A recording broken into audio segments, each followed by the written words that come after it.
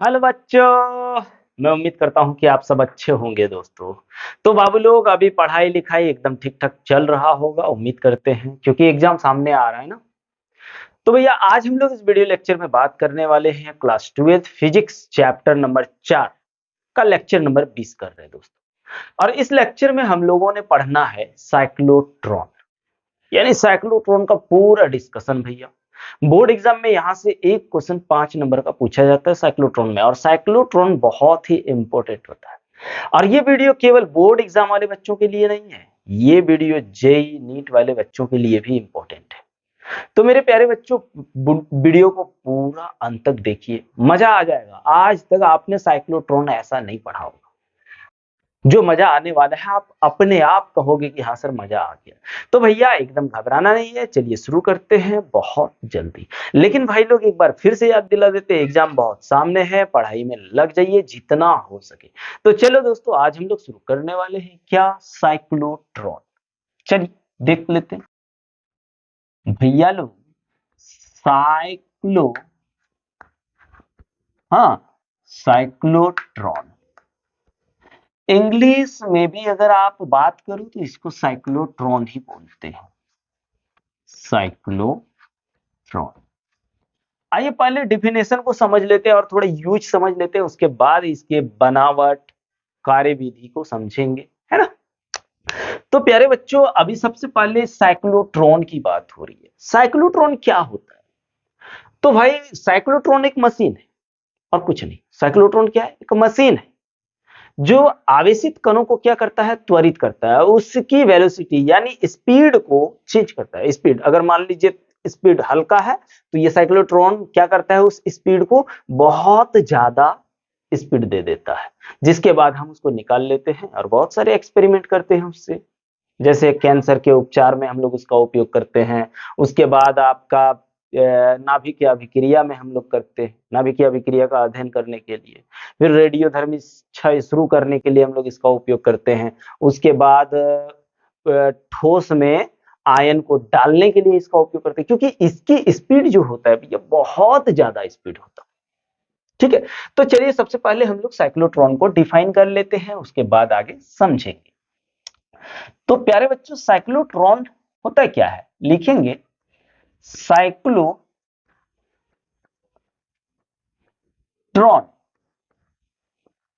Cyclotron एक machine होता है, एक मशीन होता है। हाँ, जो जो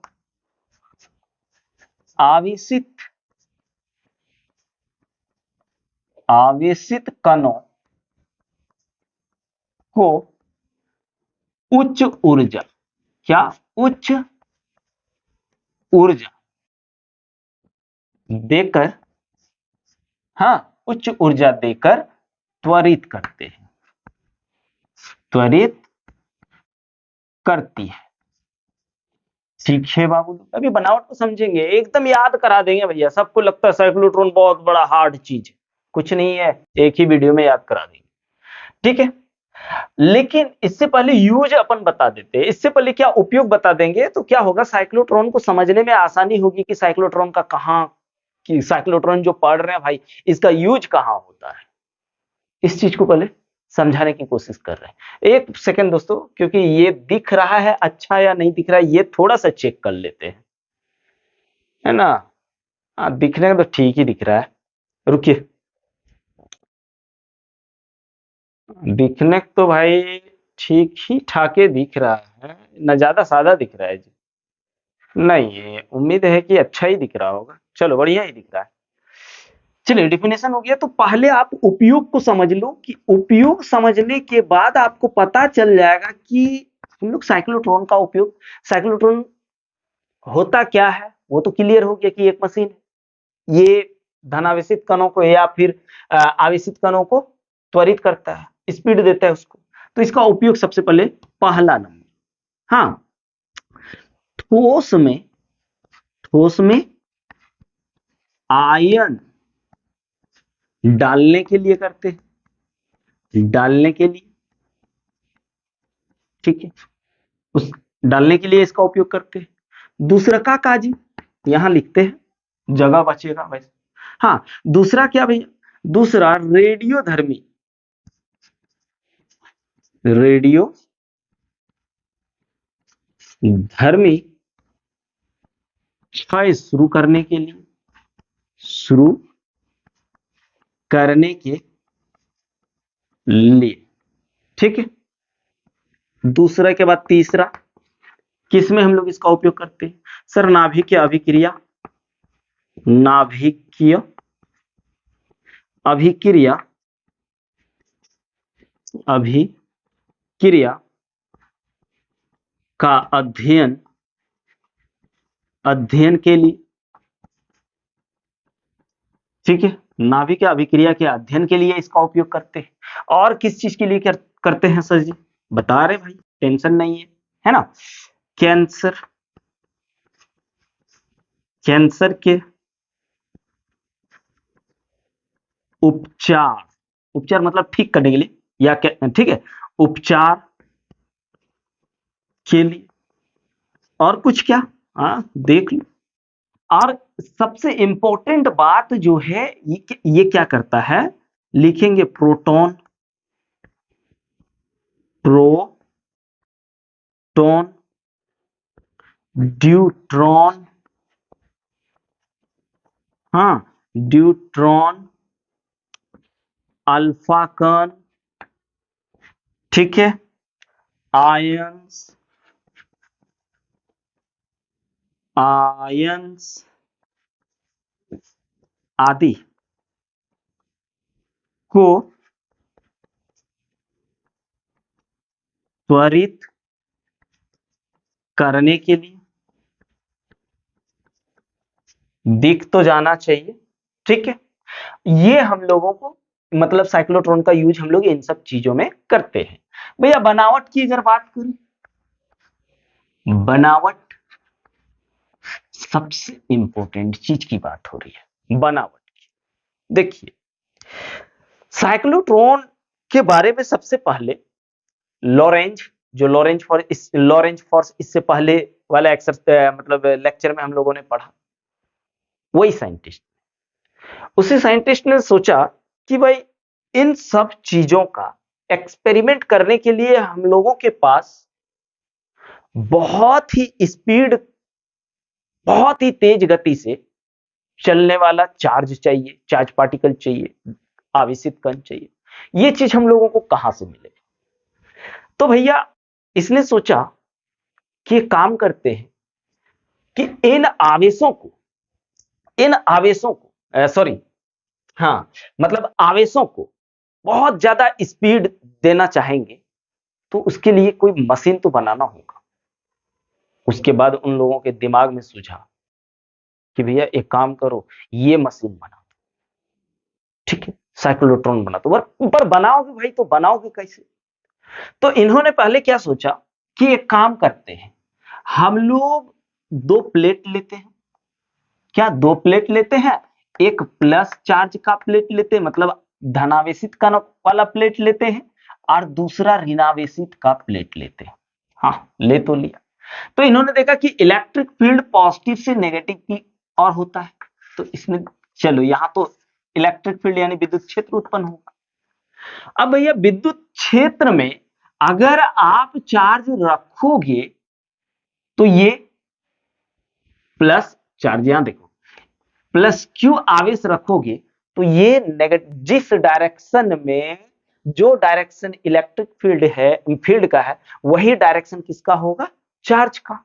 तो चार्ज तो ऐसे करके चल रहा था, कितना फोर्स लगा रहा था? ये फोर्स क्यू ई, ठीक है, इस चार्ज पर कितना फोर्स लग रहा था? क्यू ई फोर्स लग रहा था। तो ये मशीन हमने छोटा बनाया। तो आप यही इमेजिन करिए, आप जब गाड़ी चलाते हैं तो यहां से यहां तक जाना होता है, तो क्या आप स्पीड बढ़ा सकते हैं? ज्यादा से ज्यादा कितना बढ़ा सकते हैं? अगर यहां से वहां तक 10 से 20। आपको 0 से 120 तक जाना है अगर, तो आपको लंबा रास्ता तय करना होगा। तो इसने सोचा इतना बड़ा मशीन में तो आवेश तो स्पीड नहीं ले पाएगा, और हमको स्पीड वाला आवेश चाहिए। तो इसने सोचा एक काम करो, इस मशीन को थोड़ा बड़ा कर दो। हाँ, इसने तो बस इसका साइज बड़ा कर दिया, साइज बड़ा कर दिया, ये इसका विद्युत क्षेत्र हो गया। साइज तो बड़ा किया इसने, तो विद्युत क्षेत्र क्या बढ़ेगा? आइए समझते हैं। ये सब चीज भी तो हम लोगों ने सीख चुका है भैया। हम लोगों ने चैप्टर नंबर 2 में एक इक्वेशन पढ़ा था, E बराबर dv upon D R. R क्या था? डिस्टेंस। आर क्या था? दूरी था। तो इसी चीज को हम लोग E बराबर आर dv क्या था भैया? वेलोसिटी। किसका? चार्ज पार्टिकल का, आवेशित कण का। तो v अपॉन आर, यानी यहां पे आप देखिए, पहले इसका डिस्टेंस, यानी अगर आप इसको डी भी मानेंगे चलेगा, इसका डिस्टेंस मान लो इतना था, चलो यहां डी ही लगा देते हैं, अच्छा रहेगा। और इसका डिस्टेंस क्या हुआ? बढ़ गया। आप थोड़ा ध्यान दीजिए, अगर डिस्टेंस बढ़ेगा, अगर डिस्टेंस बढ़ेगा तो यहां पे इलेक्ट्रिक फील्ड यानी चुंबक सॉरी विद्युत क्षेत्र क्या होगा भाई? विद्युत क्षेत्र घट जाएगा। और जब विद्युत क्षेत्र घट जाएगा तो फिर चार्ज पार्टिकल का एक्सेलरेशन यानी त्वरण जो होगा वो भी घट जाएगा। कैसे? आप समझिए, पहले समझिए। एफ बराबर क्या होता है? Q E. एफ बराबर यही से निकाला ना, एफ बराबर क्यू ए, और एफ बराबर एम ए होता है, बराबर क्यू ई होगी। अगर एक्सेलरेशन निकालूं तो क्यू ई अपॉन एम हो जाएगा। मतलब आप देखिए, इलेक्ट्रिक फील्ड कम हो रहा है तो एक्सेलरेशन भी कम हो रहा है। इसका मतलब डिस्टेंस हमने बढ़ाया तो इसमें से एक्सेलरेशन भी कम हो गया। मतलब इस जगह पे तो आवेश स्पीड होगा ही नहीं। तब इसने, लॉरेंज ने सोचा कि एक काम करो, मशीन इतने बड़ा रखो, बस रास्ता थोड़ा बड़ा कर देते। पर कैसे? बोला एक काम करो, यहां पे कुछ ऐसा चीज डालो, ऐसा चीज डालो कि ये क्यों आवेश को यही घुमाते घुमाते रहे। और मान लीजिए देखते हो ना, मौत कुआं में उतने में घूमता है, पर घूमते घूमते कितना स्पीड ले लेता है। तो यहां भी इसको घुमाने के लिए घूमेगा तो बहुत ज्यादा लॉन्ग डिस्टेंस ही कवर कर लेगा ना, तो ये जगह भी छोटा, बड़ा जगह कर दे रहे तो भैया एक्सेलरेशन कम हो जा रहा है, जिसके कारण चार्ज स्पीड हो ही नहीं पा रहा। लेकिन अगर इसी में से कुछ ऐसा चीज डाल दो, सोच रहे हो, कुछ ऐसा चीज डाल दो जो यहाँ पे चार्ज को ये घुमाते रहे। तो इसने सोचा कि ये मैग्नेटिक फील्ड का डायरेक्शन अगर ऐसा है तो हम एक काम करते हैं, बाहर की ओर या ऐसे बाहर हमने चुंबकीय क्षेत्र डाल देते हैं, जिसको क्रॉस फील्ड बोलते हैं ना, क्रॉस क्षेत्र। अगर हमने इसके परपेंडिकुलर, ठीक है, अगर इसके परपेंडिकुलर यानी लंबवत हमने मैग्नेटिक फील्ड यानी चुंबकीय क्षेत्र को रख दे, तो चुंबकीय क्षेत्र का काम क्या है? चार्ज को गोल गोल घुराना, वृत्ताकार पथ में घुराना। तो इन्होंने सोचा आप वही करिए, यहां पे मैग्नेटिक फील्ड को रख दीजिए। क्या रख दीजिए? मैग्नेटिक फील्ड रख दीजिए। बाहर की ओर या अंदर लंबवत ही होना चाहिए, अंदर या बाहर जो कर, ये रख दीजिए। तो क्या होगा? आवेश ऐसे करके जाएगा, ऐसे ऐसे जाएगा, ऐसे ऐसे जाएगा, तो ये लंबा डिस्टेंस बना लेगा, लॉन्ग डिस्टेंस यानी लंबी दूरी तय करेगा। और जब लंबी दूरी तय करेगा तो स्पीड, ओहो, लंबी दूरी तय करेगा तो स्पीड तो बढ़ेगा ही। बस दिमाग में काम कर गया कि साइक्लोट्रॉन में हमको मैग्नेटिक फील्ड भी लेना है, और यानी चुंबकीय क्षेत्र भी लेना है, और विद्युत क्षेत्र भी लेना है। दोनों अगर लेंगे तो मशीन छोटा ही रहेगा ना, फिर भी हमको चार्ज पार्टिकल बहुत ही हाई स्पीड का मिलेगा। फिर उसको निकाल के हम जो चाहे एक्सपेरिमेंट कर सकते हैं। ये सारे एक्सपेरिमेंट आराम से कर सकते हैं। समझिए बात को, एकदम भाई एकदम इजी तरीके से मैं बताने वाला हूं। तो चलिए, अब इस चीज को केवल अपन समझाने के लिए किए, अब बनावट को बढ़िया से समझते हैं। ये चीज बताने का मकसद ये था मेरा कि उसने कैसा सोचा, बस ऐसे ही सोचा दोस्त। अब चलिए बनाते हैं। थोड़ा स्क्रीनशॉट लीजिए, हम थोड़ा चेक कर लेते हैं कि ये भाई ठीक दिख रहा है या नहीं दिख रहा है। अगर नहीं दिखेगा तो फिर देखेंगे, एक अटी थोड़ा सा ना यार, हाँ ठीक ही है, पर सादा थोड़ा ज्यादा दिख रहा है ना, क्या बोलते हैं भाई लोग? नहीं चलेगा? चलना तो चाहिए यार, अच्छा ही दिख रहा है, चलो बढ़िया ही दिख रहा है। हाँ चलो मिटा दे, कोई दिक्कत ना ना। चलिए मिटा देते हैं, आप बनावट करते हैं, बड़ा अच्छा लगा होगा वो। अगर आप चाहें तो रख सकते हैं, नहीं तो छोड़िए ना, आपका वो काम नहीं है। काम जिधर था वो सब ले लिए ना, हाँ सब ले लिए ना। तो भैया रे, क्या करूं भैया, एक चीज मेरे को याद आ रहा है कि भाई गरीबी ऐसा चुतिया चीज होता है ना। अब बहुत बच्चे सोचेंगे सर गलत वर्ड बोल रहे हैं, नहीं भाई सही बोल रहे हैं। गरीबी ऐसा चुतिया चीज होता है भैया, जीते जी बच्चे की बचपना खा जाती है। इसलिए गरीबी को दूर हटाना है तो आपके पास एक ही रास्ता है मेरे दोस्त, और वो रास्ता है एजुकेशन। इसको अपना लो, छोड़ना नहीं है मेरे भाई। चलिए आगे करते ना, इसको नीचे रखते रहे, ठीक रहेगा। अब बनावट ही देख रहे थे ना, हाँ बनावट, बनावट एकदम मजेदार से समझिए। बनावट में क्या करना है कि दो डी आकृति के धात्विक और द्विवृत्ताकार खोखले को लेना। चलो ले लो, कहां बनाए, यहां बना दे, रहने दे, नहीं इधर खा लिए, ये ले लिए और एक ये ले लिए। इसके बीच में थोड़ा गैप छोड़ना है जहां पे हम लोग क्या करने वाले हैं, स्रोत आवेश को रखने वाले हैं, यानी आवेशित कणों का स्रोत रखने वाले हैं। चलो डी बना लो दोनों तरफ से, आपको कुछ नहीं करना, दोनों तरफ से डी बना लो। बड़ी अच्छा बन रहा है भाई, हमको तो उम्मीद भी नहीं था कि इतना अच्छा बनेगा। डी बना लिए, कितना मस्त दिख रहा है ना। थोड़ा सा टिकट ऐसे कर लेते हैं,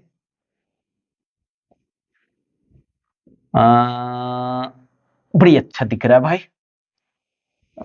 थोड़ा यार कमेंट करके बताओ, हैं ऐसे दिख रहा है नहीं दिख रहा है? बोल सर अच्छा ही दिख रहा है। अब इसको बंद कर देते हैं,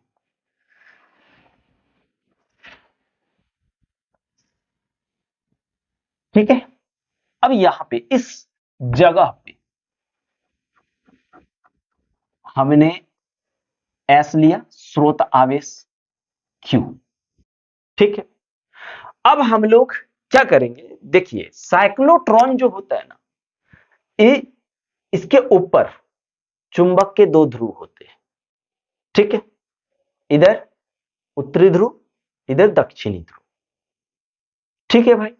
अब क्यों रख रहे हैं, अभी बताए ना कि मैग्नेटिक फील्ड भी चाहिए, तो यहां रखेंगे तो इसके अंदर क्या करेगा, ये मैग्नेटिक फील्ड उत्पन्न करेगा। कैसे, देखिए एक बात और बता रहे भाई, कि अगर बाहर देखोगे, बाहर की ओर किसी चुंबक में चुंबक क्षेत्र रेखाएं उत्तरी ध्रुव से दक्षिणी ध्रुव की ओर होता है, जबकि अंदर अगर देखो तो दक्षिणी ध्रुव से उत्तरी ध्रुव की ओर। तो ऐसे मान लोगे, ऐसे तो चुंबकीय क्षेत्र रेखाएं कैसे होगा, ऐसे होगा, ऐसे होगा मतलब बाहर की ओर होगा, तो चुंबक क्षेत्र कैसा हो जाएगा, डॉट डॉट में हो जाएगा। तो ये क्या है, मैग्नेटिक फील्ड है, दिखा देते हैं यहाँ पे बी। हाँ जो बाहर की ओर, डॉट डॉट मीन्स बाहर और क्रॉस मीन्स अंदर, हम पढ़ा चुके हैं भैया। चलिए यहाँ पे सबसे पहले हम लोग मैग्नेटिक फील्ड दे देते हैं, बनावट बा बहुत अच्छा। देखो ऐसे करके कर रहे हैं ताकि आज जल्दी जल्दी हो जाए, जल्दी जल्दी हो जाए। एकदम गोल गोल जी, गोल गोल जी, गोल गोल जी, गोल गोल, ऐसा नहीं है कि हम ठक ठकवा देंगे तो बन जाएगा, नहीं नहीं नहीं नहीं नहीं नहीं नहीं बाबा, नहीं रे बाबू लोग, नहीं रे बाबू लोग। चलो आप लोग भर लीजिएगा, ये हमने मैग्नेटिक फील्ड भर दिया। अब इसमें हमको चुंबक चुंबक क्षेत्र तो हमने दे दिया, अब यहाँ पे हमको क्या करना होगा भाई, मेरे को तो इसमें चुंबक क्षेत्र भी डालना पड़ेगा। तो चुंबक क्षेत्र के लिए हम लोग क्या करेंगे, अगर इसमें से करंट फ्लो करा देंगे तो एक काम करो, ये इसको देखो, ये डी आकृति के जो है ना, इसको डीज बोलते हैं, इसको मान लो D1 इसको D2, और D1 और D2 दोनों, इसको क्या बोलते हैं? डीज बोलते हैं। अभी लिखाएंगे, डीज बोलते हैं। यहां पे हमने क्या किया? पॉलिश कर दिया। ध्यान, इसको विक्षेपण बोलते हैं, विक्षेपण। ठीक है, और यहां से जाते हुए ये जो है भाई, इसको बोलेंगे निर्गत। क्या? निर्गत, जहां से हमको स्पीड, उच्च मतलब हाई स्पीड वाला कण मिले, आवेशित कण मिले। ठीक है, वहां से निकलेगा। चलिए, बहुत बढ़िया। अब हमने क्या करना है? चुंबक विद्युत क्षेत्र देने के लिए इन दोनों डीज को आप प्रत्यावर्ती धारा से जोड़ दीजिए। चलिए, जोड़ दिए। ठीक है, प्रत्यावर्ती धारा, इसको दोलक बोलते हैं। क्या बोलते हैं भाई? दोलक। और भैया ये दोलक जो होता है ना, ध्यान दीजिएगा, इसका विभवांतर जो होता है, विभवांतर, वो होता है 10,000 वोल्ट से 20,000 वोल्ट तक। कितना वोल्टेज का होता है ये? कितना? 10,000 से 20,000। और इसकी आवृत्ति जो होती है, मतलब उच्च आवृत्ति भैया, कितना? 1,00,000 से 10,00,000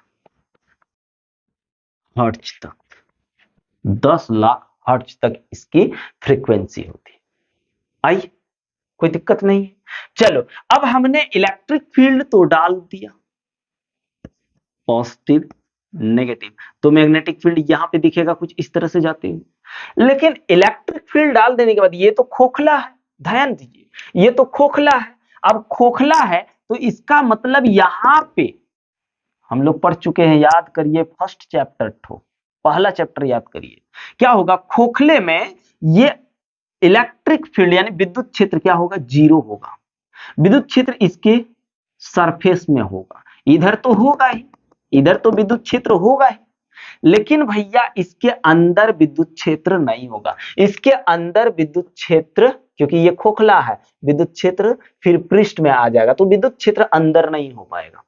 ठीक है, यहां पे सिर्फ मैग्नेटिक फील्ड होगा। तो यहां पे तो विद्युत क्षेत्र होगा, बिल्कुल होगा, और बहुत ही अधिक, बहुत ही हाई, देखिए हाई फ्रीक्वेंसी का, बहुत ही उच्च आवृत्ति का भैया विद्युत क्षेत्र होगा, बहुत ही ज्यादा, बहुत ही स्ट्रॉन्ग विद्युत क्षेत्र होगा, जिसके कारण इस चार्ज को ये क्या करेगा? बहुत स्पीड वहां से झटका मारेगा।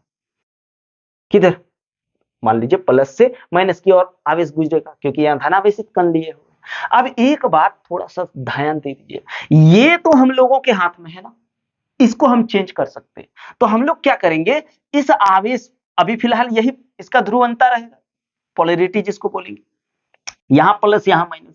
जैसे ये चार्ज इस पर प्रवेश करेगा, ये मैग्नेटिक फील्ड की क्या करेगा? इसको गोल घुमाना शुरू करेगा। यहां से फिर जैसे निकलेगा, जैसे ही ये आवेश निकलेगा, हम पोलैरिटी चेंज कर देंगे, इस प्लस को यहां ले जाएंगे, इस माइनस को यहां ले आएंगे, और ये करते रहेंगे, और तब तक करते रहेंगे, मतलब फिट कर देंगे तो होते रहेगा ना, वो फिट कर लिए। ठीक है, चलो इस चीज को हमने फिट कर लिया। तो ये आवेश क्या होगा? यहां से, जैसे यहां से उत्सर्जित होगा, बहुत ही स्पीड स्पीड होगा, बहुत ही स्पीड। लेकिन जैसे ये यहां जाएगा, मैग्नेटिक फील्ड यानी चुंबकीय क्षेत्र इस आवेश को क्या करेगा? आवृत्ताकार पथ में घुराएगा, घुराएगा, बिल्कुल घुराएगा। ठीक है, फिर ये यहां से जैसे बाहर निकलेगा, जैसे बाहर निकलेगा, पोलैरिटी चेंज हो गया, जिसके बाद ये नेगेटिव, ये पॉजिटिव, आवेश फिर इधर आ गया, आया, यहां पे आवेश एस छोटा लिख देते हैं, चलेगा। यहां से फिर से स्पीड चेंज हुआ, लेकिन यहां पे भैया स्पीड तो चेंज नहीं हुआ। क्यों? क्योंकि मैग्नेटिक फील्ड केवल, इलेक्ट्रिक फील्ड क्या करता है? स्पीड को बढ़ाता है, जबकि मैग्नेटिक फील्ड घुराता है। तो भाई ये क्या करेगा? यहां जैसे इलेक्ट्रिक फील्ड तो बहुत उच्च है, तो ये फिर से स्पीड दे देगा यहां। ठीक, यहां स्पीड दिया, फिर यहां गया भैया, यहां फिर वही स्पीड से घुमा, फिर अर्धवृत्ताकार, ये क्यू फिर से हमको दूसरी जगह लिखना है, Q, इसको S बोल दिए। ये फिर ऐसे गया, फिर ये प्रोसेस तब तक चलते रहेगा, ये प्रोसेस यहाँ प्लस माइनस तो घूरते रहेगा। और यहाँ घुराने का काम कौन कर रहा है? Magnetic field. यहाँ स्पीड बढ़ाने का काम कौन कर रहा है? ये विद्युत क्षेत्र। ठीक है, बढ़ेगा, फिर ऐसे करके घूरते ये तब तक चलते रहेगा जब तक ये परिधि तक ना आ जाए। इसको क्या बोलेंगे? परिधि, लास्ट सीमा। उसके बाद ये विक्षेपण प्लेट से टकराएगा और ये विक्षेपण प्लेट इसको विक्षेपित करके बाहर निकाल देगा। यानी ये प्रोसेस होते रहेगा, ये प्रोसेस तब तक होते रहेगा जी जब तक ये परिधि तक ना आ जाए। और ये याद रखना, बहुत ये डिस्टेंस बहुत कम होता है। हाँ, ये यहां टकराएगा, टकराने के बाद इसको बाहर निकाल दिया जाएगा। डायरेक्शन कुछ इस तरह से है दोस्त, घबराने वाला बात नहीं है। आप लोगों को एकदम 100% पढ़ाने की कोशिश कर रहे हैं भाई लोग। बस आप लोगों की मर्जी, आप लोग पढ़ें या ना पढ़ें, हम क्या करेंगे आप ही बताइए।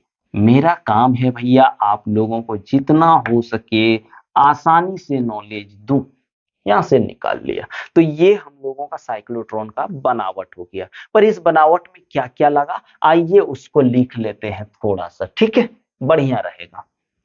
पहला नंबर बना, उसके बाद कार्य विधि समझेंगे। हाँ, बनावट देखिए, सबसे पहले बनावट में हमने क्या किया कि दो दो धात्विक धात्विक लिख देते हैं, थोड़ा सा अच्छा है, नहीं लिखेंगे तो भी समझ ही गए ना, तो फिर भी लिख देते, दो धात्विक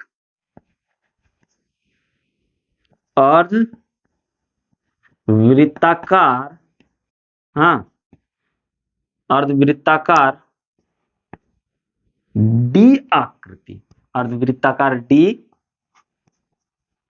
आकृति का खोखला होता है, जो होता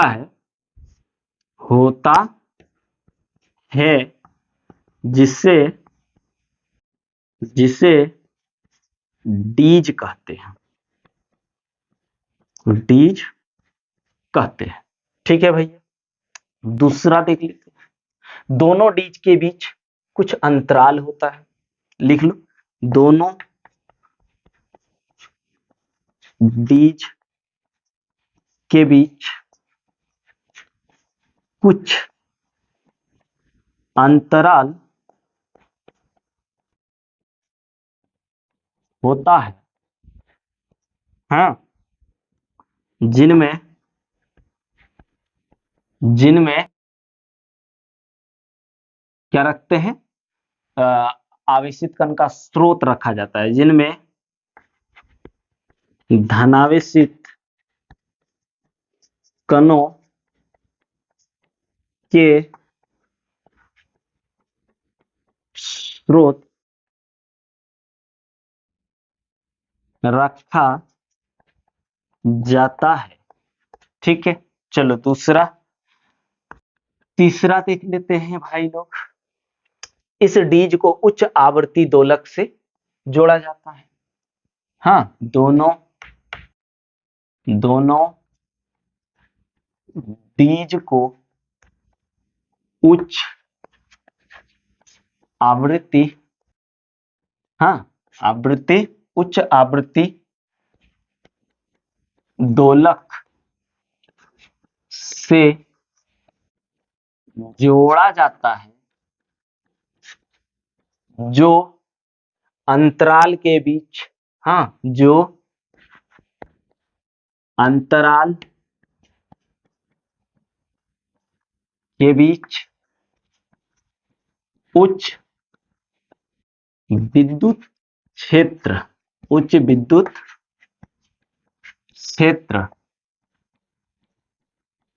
उत्पन्न करता है। ठीक है प्यारे बच्चों, उसके बाद इस व्यवस्था को दो चुंबक के ध्रुवों के बीच रखते हैं, लिखेंगे इस व्यवस्था को विद्युत चुंबक के दो ध्रुवों के बीच बीच रखा जाता है। ठीक है प्यारे बच्चों, उम्मीद है कि आप लोगों को समझ में आ गया होगा। एक चीज नोट में लिख लो ताकि आप लोग को प्रॉब्लम ना हो। हाँ, चुंबक जो होता है, चुंबक के बाहर, अरे यार, बाहर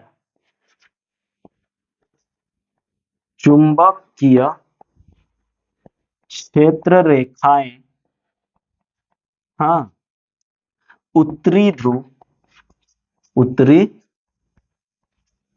से दक्षिणी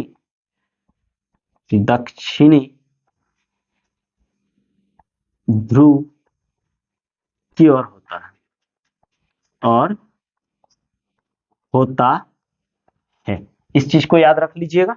और अगर चुंबक के अंदर देखा जाए तो इसका उल्टा कर देना है कि दक्षिणी ध्रुव से उत्तरी ध्रुव की ओर होता है। बस ये चीज याद रखना दोस्तों। अब चलिए इसका कार्य को समझते हैं। पहले एक काम करो, आप लोग इसका स्क्रीनशॉट लो। चलिए, हो गया भाई, कोई दिक्कत नहीं ना? आगे करें, चले? चलिए, ये सब मिटा देते हैं, खाली बनावट उसको रहने देते हैं, उसके बाद कार्य को समझेंगे बढ़िया से। ये सब भी मिटा देते हैं ताकि इतना में कार्य विधि लिखा जा सके। चलो, अब हम लोग लिखते हैं कार्य विधि को। आज हम यहीं से करते हैं कार्य विधि, जिसको हम लोग बोलते हैं वर्किंग। हाँ, वर्किंग। आजा भाई, देख लेते हैं। सबसे पहले स्रोत एस से क्यू आवेश निकल रहा है ना, तो लिखेंगे जब प्लस क्यू आवेश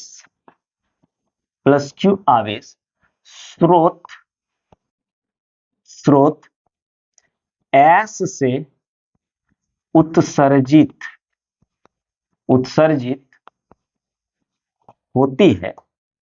हाँ, तो यहाँ पे जो उपस्थित विद्युत क्षेत्र है वो क्या करता है, प्लस क्यू आवेश को त्वरित कर देता है। ठीक है, क्या लिखे, जब क्यू आवेश स्रोत एस से उत्सर्जित होती है तो अंतराल में उपस्थित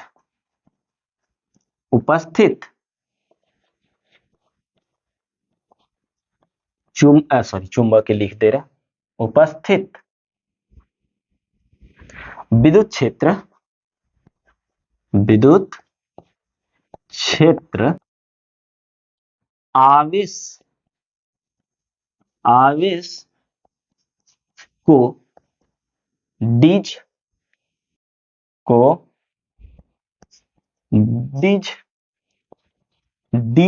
की ओर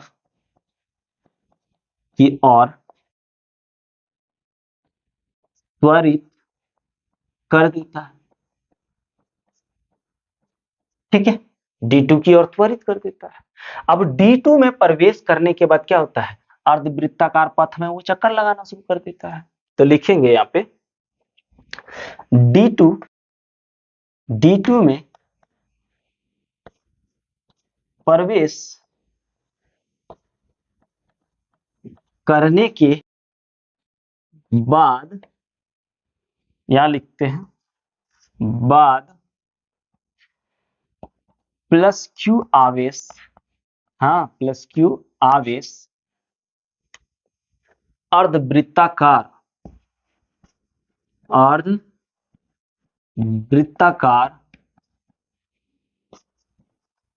पथ में समान चाल से गति करने लगता है। है, क्योंकि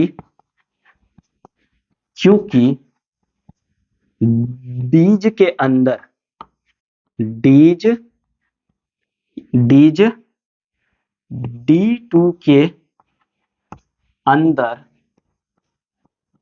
इलेक्ट्रिक फील्ड 0 तथा इलेक्ट्रिक फील्ड क्या है, 0 है, तथा चुंबकीय क्षेत्र तो मौजूद है इसके अंदर, चुंबकीय क्षेत्र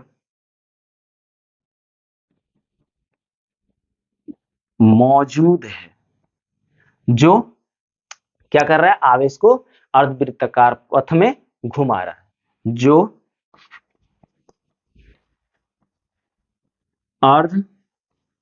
अर्धवृत्ताकार पथ में गति कराता है। चलो यहां तक तो ठीक है। अब क्या हुआ, फिर जाके इस गैप में मैग्नेटिक विद्युत क्षेत्र के कारण ये यहां जैसे बाहर आया, ठीक है, जैसे D2 से बाहर आया, इसकी पोलैरिटी चेंज हो गई, मतलब ये प्लस इधर आ गया, माइनस इधर आ गया। लिखते हैं, एक काम करो, यहां लिखते हैं, जैसे क्या हुआ, अर्धवृत्ताकार पथ में गति कराता है। उसके बाद लिखते हैं, अब D2 से, हाँ, अब D2 से प्लस Q आवेश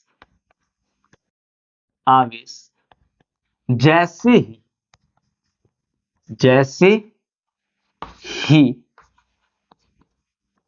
बाहर आता है, हाँ, ध्रुवंता उत्क्रमण यानी उल्टा हो जाता है, आता है, ध्रुवंता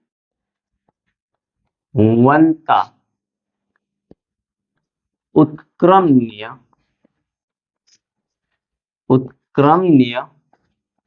हो जाता है, अर्थात D1 बराबर, D1 अब नेगेटिव हो जाएगा और D2 पॉजिटिव हो जाएगा। D1 क्या हो जाएगा भाई, ऋणात्मक, पहले D1 क्या था, धनात्मक था, और D2 आपका क्या हो जाएगा, धनात्मक। तो अब क्या करेगा, आवेश उसी प्रकार यहां भी मूव करेगा। तो फिर से लिखेंगे, रुकिए, हाँ ठीक है, अब लिखेंगे, अब आवेश को, अब प्लस Q आवेश को अंतराल में उपस्थित विद्युत क्षेत्र को, अंतराल मतलब गैप, हाँ, अंतराल में उपस्थित विद्युत क्षेत्र,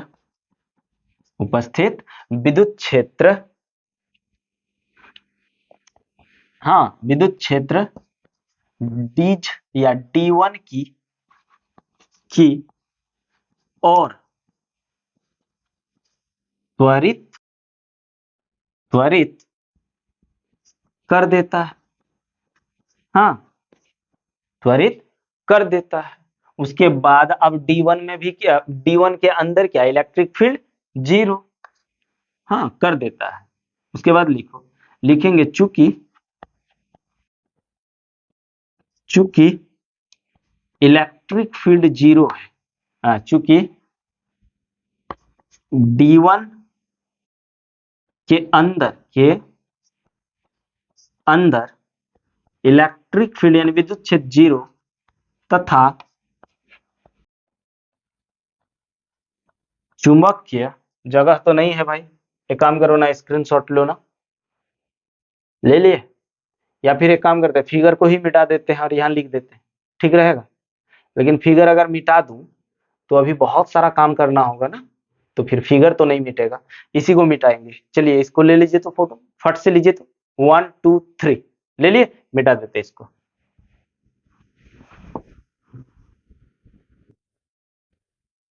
हाँ तो क्या D1 के अंदर इलेक्ट्रिक फील्ड 0 तथा चुंबकीय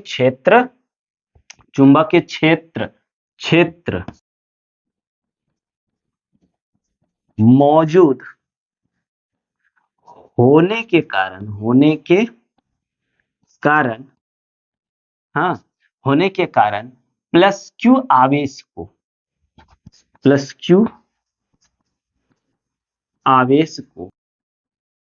अर्ध वृत्ताकार पथ में गति कराता है और ये प्रक्रिया तब तक चलते रहती है, लिख देते, यह प्रक्रिया तब तक चलते रहती है जब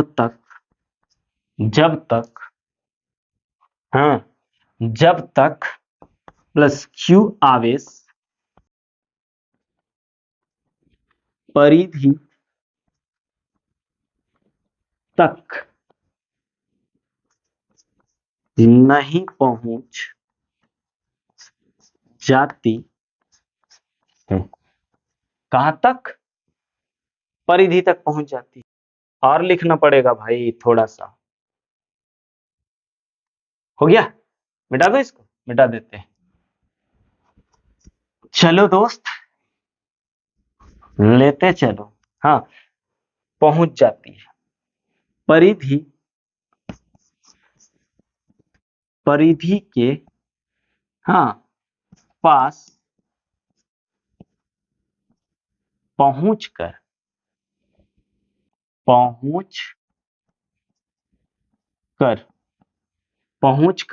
विक्षेपण, किससे विक्षेपण? पहुंचकर विक्षेपण प्लेट से विक्षेपित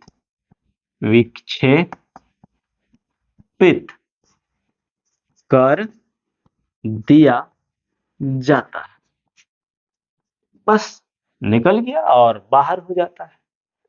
तो भैया ये काम होता है इसमें। तो ये डीज देखो, ये तो बहुत छोटा सा गैप होता है। तो इस डीज का अगर हम ये दोनों डीज को मिला दूं तो एक सर्कल बन जाएगा। और हम लोगों ने पढ़ा है लॉरेंज फोर्स में कि सर्कल वृत्ताकार पथ की त्रिज्या जो होती है, यानी अर्थात या फिर ये मैग्नेटिक फील्ड यहां मान लो सेंटर है, तो ये सेंटर इस सेंटर देखिए, सेंटर से मैग्नेटिक फील्ड लगने के कारण जो मैग्नेटिक फील्ड होगा वही सेंट्रीपिटल फोर्स के रूप में काम करेगा। तो हम लोग ये भी निकाल चुके हैं, तो निकाल के दिखा देते हैं। यानी F M is equal to F C. ये क्या होता है?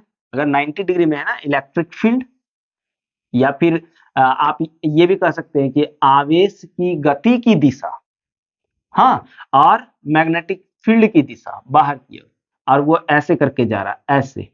चलो ऐसे 90 डिग्री होगा तो साइन 90 डिग्री का मान 1 हो जाएगा। तो यहाँ पे लिख देते भाई क्यू भी बी साइन थीटा होता है। ये याद है ना? अगर नहीं याद है तो फिर से समझो, कोई दिक्कत नहीं है। क्यू भी क्रॉस बी होता है F M is equal to, और इसका फॉर्मूला होता है एम भी स्क्वायर अपॉन आर, यही होता है। अब भैया क्रॉस प्रोडक्ट हटाएंगे तो क्यू भी बी साइन थीटा हो गया इज इक्वल टू एम भी स्क्वायर अपॉन आर। इधर स्क्रीनशॉट लो दोस्त, अब तो बनाना होगा ना, ले लिए। चलिए क्या करें भाई, डिजिटल बोर्ड तो मेरे पास है नहीं, फिर भी कोशिश करता हूं इसी में अच्छा से समझाने का, है ना।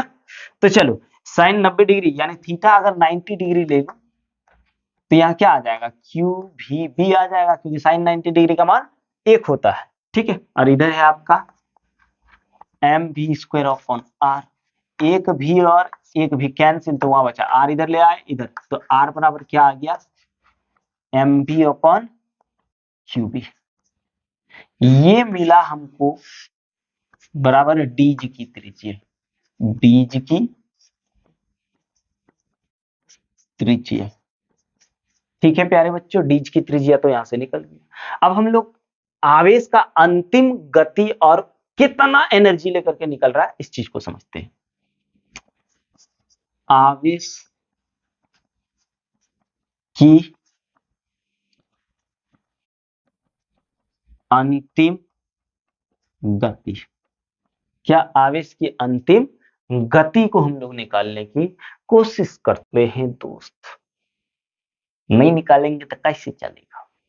तो ये आवेश की गति, तो आवेश कैसा एक गति जो कर रहा है किस रूप में, वृत्ताकार पथ बना रहा है ना भैया, क्या बना रहा है, वृत्ताकार पथ बना रहा है। तो डीज भी क्या है, एक वृत्त के आकार का है। तो लिख देते हैं, थोड़ा सा लिखेंगे, गतिमान, गतिमान आवेश, हाँ गतिमान आवेश वृत्ताकार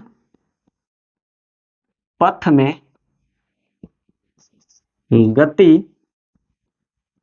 करता है, इसलिए आर बराबर क्या, एम भी अपॉन क्यू भी, क्यू भी इधर ले आओ, एम भी, तो भी क्या निकल जाएगा, maximum velocity, Q B R, Q B R upon M, velocity ये निकल गया, ध्यान दीजिए।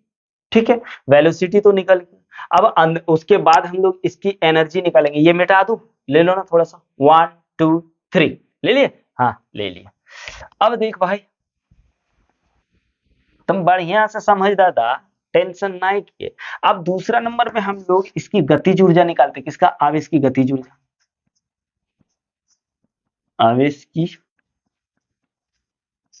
गतिज ऊर्जा। ठीक है, तो आवेश की गतिज ऊर्जा क्या होता है, kinetic energy E is equal to half m v square. अब भी का वैल्यू क्या है, q B R upon m, यहां रख दो, 1/2 m into q B R upon m का स्क्वायर। लगाओ फॉर्मूला, फॉर्मूले पर ही तो सब टिका है जी, q square B square R square upon m square, एक एम और एक एम कैंसिल, इसको भी मिटा दे, लेते चलो, हाँ मिटा देते। अरे भाई, तो एक एम कैंसिल, तो आपका क्या आ गया, काइनेटिक एनर्जी, साइक्लोट्रॉन की काइनेटिक एनर्जी, या फिर इसको हम लोग बोल सकते हैं साइक्लोट्रॉन की गतिज ऊर्जा, हाँ बराबर आ गया Q square B square R square upon 2m। ठीक है दोस्त, और इसको हम लोग बोल सकते हैं साइक्लोट्रॉन की गतिज ऊर्जा, गतिज ऊर्जा।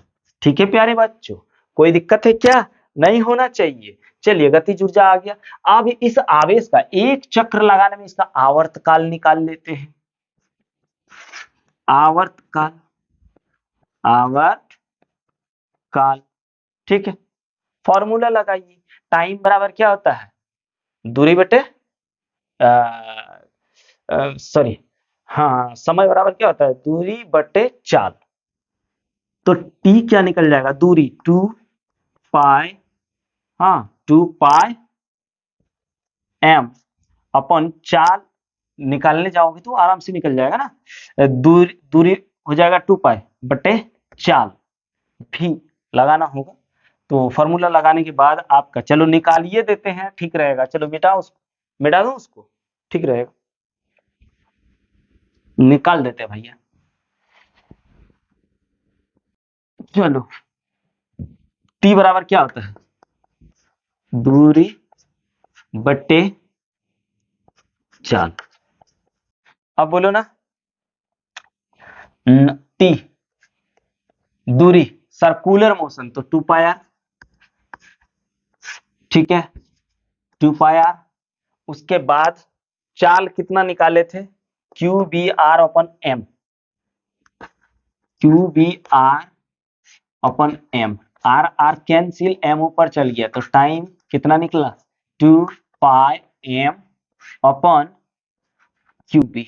ये साइक्लोट्रॉन का आवर्तकाल कह सकते हैं इसको। उसके बाद साइक्लोट्रॉन की आवृत्ति, क्या साइक्लोट्रॉन की आवृत्ति, तीसरा चौथा साइक्लोट्रॉन की आवृत्ति। ठीक है भाई, साइक्लोट्रॉन की आवृत्ति क्या होता है, f c is equal to 1 upon आवर्तकाल, तो एफ सी निकल जाएगा ये बटे में तो उल्टा दो, Q B upon 2 pi M. ये हो गया साइक्लोट्रॉन की आवृत्ति। कॉपी कर लेना भाई, कोई दिक्कत है नहीं ना। आजा, अब हम लोग एक काम करते हैं, यहीं पे यहाँ पे इसका लिमिटेशन लिख लेते हैं, बहुत लंबा जा रहा है ना। क्या करोगे दोस्त, कोई उपाय नहीं है, चलो इसकी लिमिटेशन कर लेते हैं, सीमाएं, सीमाएं यही लास्ट है भाई, सीमाएं। ठीक है, पहला नंबर, यह अनावेशित कणों जैसे न्यूट्रॉन, क्या न्यूट्रॉन को त्वरित नहीं करता है, क्योंकि न्यूट्रॉन जो है अनावेशित कण है और ये हमने क्या बोला था, ये आवेशित कणों को त्वरित करता है, आवेशित कणों की स्पीड को बढ़ाता है। तो ये न्यूट्रॉन को क्या करेगा दोस्त, न्यूट्रॉन में कोई चार्ज ही नहीं है, तो कोई चार्ज नहीं रहेगा तो भैया मूव कैसे करेगा, नहीं करेगा ना, ना इलेक्ट्रिक फील्ड में मूव करेगा ना मैग्नेटिक फील्ड में मूव करेगा। तो फिर ये तो आपका क्या बोलते हैं उसको, इसको तो स्पीड मिलना ही नहीं है, जहां तहां पड़ा हुआ रहेगा। दूसरी बात, यह इलेक्ट्रॉन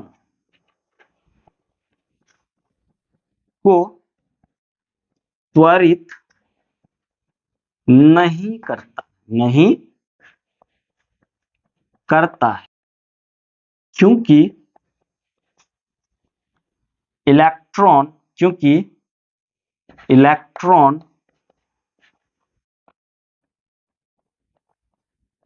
का द्रव्यमान बहुत कम होता है, और कितना कम होता है पता है आपको, प्रोटॉन से 1836 गुना कम होता है। जिसके कारण क्या होता है कि थोड़ा सा भी यहाँ पे थोड़ा सा भी एनर्जी मिलने के बाद क्या होता है, आवेशित कण बहुत स्पीड में मूव करने लगता है। तो भैया ये तो ऐसे ही बहुत हल्का है, तो ये फिर वहां पे मूव नहीं कर पाएगा, ये वहां पे ये मूव नहीं कर पाएगा। उम्मीद करते हैं दोस्तों कि साइक्लोट्रॉन आप लोगों को बहुत अच्छा से समझ में आया होगा, और ये भी उम्मीद करते हैं दोस्त कि जितना हो सके दोस्तों को शेयर जरूर कीजिएगा। तो चलिए इसका भी स्क्रीनशॉट ले लीजिए।